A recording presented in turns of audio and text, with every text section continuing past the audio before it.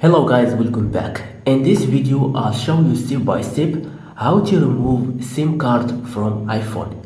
If you enjoy this content, make sure to like, subscribe, and let's get started. So first guys, you need to have a SIM ejector tool, this one.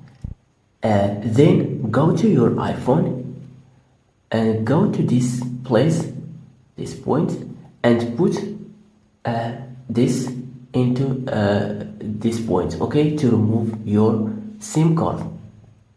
But you need to remove it slowly, okay, like this one, and press.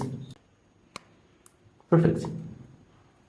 So you need to press slowly, okay, then you can remove your SIM card like this one. Very easy. So I will to repeat. As I say, you need to put this into this point and in this hole, okay, and press it slowly. Perfect. So this is how you can remove the SIM card on your iPhone. Thank you so much for watching me. If you found this video helpful, please give a thumbs up and see you to the next video.